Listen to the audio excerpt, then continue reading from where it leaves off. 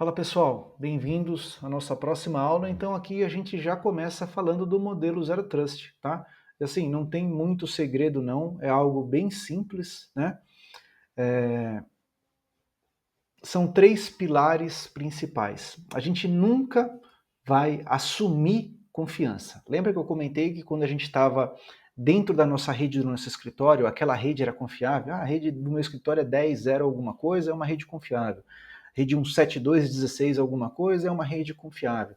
Ah, o meu notebook corporativo, ele tem a imagem Gold da empresa com o meu antivírus, com um browser específico, tal. Então, eu confio naquela máquina.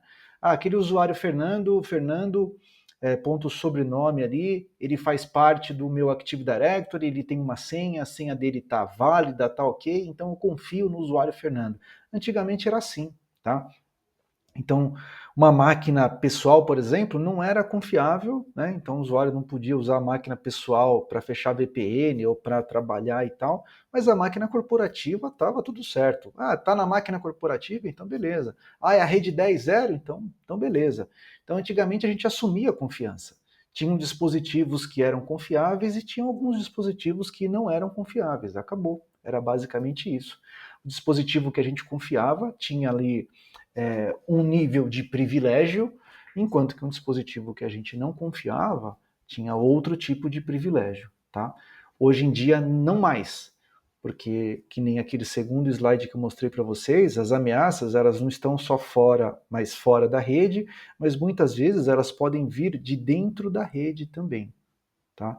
Então, no caso de um ataque ou uma invasão, uma exploração de vulnerabilidade, uma ameaça às vezes sai de dentro da rede, e não mais de fora.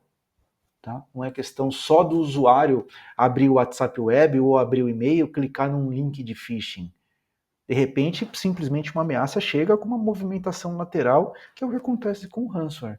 Depois de um ponto de entrada dentro de uma infraestrutura, vamos supor um atacante explora uma vulnerabilidade e entra numa máquina, por exemplo, aquela máquina começa a espalhar o ransomware. Então a máquina está dentro da rede. Aquela máquina espalha o ransomware para endpoints, notebooks, desktops, né? Ou mesmo para workloads, para servidores, VMs, etc. Tá? Então a gente nunca vai assumir confiança. Não é porque é a rede 10.0, não é porque é o usuário Fernando e não é porque é a máquina do Fernando que a gente vai falar que beleza. Não. A gente vai sempre verificar. Cada tentativa de acesso, tá? Não é cada acesso. Cada tentativa de acesso a gente vai verificar. Ah, mas eu vou verificar o quê? Vou verificar o computador, vou verificar, fazer uma postura no computador. Está com antivírus habilitado, firewall habilitado, antivírus atualizado, patch do Windows atualizado, está utilizando o browser da empresa, Chrome, Firefox, Edge, não importa. É aquele browser que a empresa homologou, é aquele que tem que ser usar. Está com plugin do Java, Flash, enfim, fazer a postura do dispositivo. Vou fazer a mesma coisa com usuários, tá? Verificar os usuários, inclusive com MFA. Então, Zero Trust não é MFA. O MFA é uma das formas de implantar, só fazendo um parênteses, né? O MFA é uma das formas de implantar Zero Trust para os usuários. A gente vai falar bem mais disso mais para frente, tá? Então a gente sempre vai verificar, vamos verificar a rede, a aplicação, o computador, o usuário, vamos verificar tudo para cada tentativa de acesso, tá? Então depois de um tempo, se o usuário quiser acessar alguma outra aplicação também, a gente vai verificar do mesmo jeito, tá? Isso a princípio pode parecer, putz, então para cada clique que o usuário corporativo der no computador dele, ele vai ter que validar, vai ter que ficar dando duplo fator de autenticação, vai ter que fazer postura. Não, não é assim. Hoje em dia as soluções elas estão muito completas e a gente consegue é, é, entregar segurança sem encher o saco do usuário, sem incomodar o usuário a nível dele querer burlar aquilo. Porque se o usuário ficar muito frustrado com a experiência dele, ele arruma um jeito de burlar aquelas ferramentas de segurança que a gente coloca, tá? Então, beleza. Então, a gente não vai assumir confiança, a gente sempre vai verificar, e estando tudo ok, a gente vai conceder o menor privilégio necessário para o usuário fazer o trabalho dele. Aqui, como um exemplo, a gente tem a VPN. Então, como que funciona uma VPN Remote Access? A gente, dentro do Firewall, a gente coloca... a gente cria um pool de IPs, certo? Então, da rede 10.9.9.10 até 10.9.9.100, sei lá, 90 IPs aí, por exemplo, a gente cria regras do Firewall com base nesse pool de IPs. Significa que o quê? Quem usa essa VPN Remote Access? Eu que trabalho com TI, tem a gerente do RH, tem o pessoal do administrativo, cada um, né? Várias áreas da empresa utilizam essa VPN. Estou dando só um exemplo aqui, bem simplista, tá?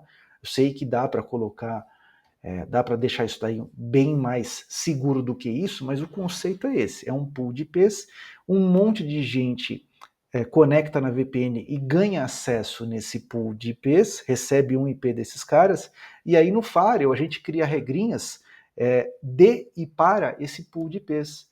Significa que eu, de TI, na hora que eu vou trabalhar e eu conecto na VPN, eu tenho 20 servidores para acessar. Eu acesso 3 ou 4. Os servidores de RH, do financeiro, eu não preciso acessar, mas eu tenho acesso a eles. Obviamente eu teria que colocar o usuário e senha de uma aplicação específica tal, mas não importa, eu tenho acesso. Se eu der um telnet, servidor financeiro ali 3389, eu vou abrir a conexão. Eu não vou efetivamente acessar, mas vou abrir a conexão. Por que isso é o complicado? Porque um ransomware, uma das portas, inclusive, que o ransomware se espalha é a 3389. Ou então portas SMB do Windows. Vou até comentar um pouquinho mais para frente aí nas outras aulas. Então, o ransomware, ele não precisa de um usuário válido para logar no servidor Windows ali. Né? Se ele tiver aquela comunicação, tiver aberta e está, o ransomware explorando uma vulnerabilidade, ou enfim, de uma forma de entrar na máquina, ele consegue. Tá? Isso aí a gente vai ver mais para frente, inclusive tem alguns exemplos aí, tá? Então assim, o usuário Fernando, ele tem, num parque de 20 servidores, ele precisa acessar 4 para trabalhar. Então na hora que ele conectar na minha rede, e eu não vou assumir confiança, vou verificar a identidade, máquina, etc., eu vou permitir que ele acesse apenas os 4 servidores que ele precisa para trabalhar. Ele não tem que acessar os 20. Ele não tem que poder abrir uma conexão aos 20, por mais que ele não tenha usuário e senha de aplicação específica tal. Ele tem que conseguir, ele tem que receber o privilégio de acessar apenas a parte que ele realmente precisa para executar o trabalho dele. E isso funciona com todo mundo. O ZTNA entrega exatamente isso. As regras do ZTNA deixam de ser feitas por pool de IPs, como a gente tinha na VPN Remote Access, e passam a ser feitas por dispositivo ou por usuário. Então eu posso ter 2 usuários no time de TI, mas vamos supor que eu seja o coordenador e eu tenho um analista pleno que trabalha junto comigo. O pleno não pode acessar a console do antivírus, e eu posso. Então, da mesma área, eu vou criar uma regrinha dentro do ZTNA, da minha solução de ZTNA que a gente vai comentar, e vou falar, o Fernando de TI faz parte do mesmo grupo, por exemplo, do AD, que o outro rapaz que trabalha junto com ele, mas o Fernando vai poder ter acesso nessa console aqui do antivírus, por exemplo, e o outro rapaz não vai poder ter acesso. Então, o ZTNA entrega esse nível de granularidade que a gente não tinha com a VPN Remote Access, tá? Então, conceder pouco privilégio é só essa parte do ZTNA e da VPN que eu comentei, é um dos exemplos para a gente explicar o que é conceder pouco privilégio, tá? Então a gente vai ter que validar tudo e depois que tiver tudo certo, vamos entregar só o que o usuário precisa mesmo. Ele não tem que ganhar acesso a toda a minha infraestrutura, sendo que ele vai ter que acessar uma coisa ou outra, não. O que ele precisar a gente entrega, mas só o que ele precisar, nada mais. Tá? Pessoal, o principal do modelo Zero Trust aqui é que a gente precisa entender o conceito. Então, se a gente entende esses 3 pontos, assim, fica muito fácil da gente colocar proteção no nosso ambiente, tá? A gente sempre tem que pensar em arquitetura, pensar como um todo. Então, com esses exemplos aqui que eu dei, vamos supor, eu comentei que o MFA ele é uma forma de entregar Zero Trust para a proteção dos usuários, certo? Mas proteger o usuário, a gente coloca, tá pronto? Entregamos Zero Trust na nossa infraestrutura? Isso a gente ainda vê bastante conversando com os clientes. Não, eu já tenho um dos exemplos, tá? Eu já tenho MFA aqui, então eu já tenho Zero Trust no meu ambiente. Não é assim. E os dispositivos? E os workloads, por exemplo? E a parte de microsegmentação? Então, a gente não pode assumir confiança em nada, nem no usuário, e aí o MFA ajuda a gente, mas nem no dispositivo, nem na aplicação, nem na rede que a gente está utilizando.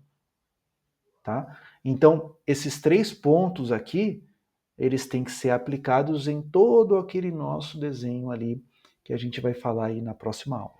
Tá? Vamos começar aí agora efetivamente a pegar uma infraestrutura da empresa e aplicando em cada uma das áreas um modelo Zero Trust. Beleza?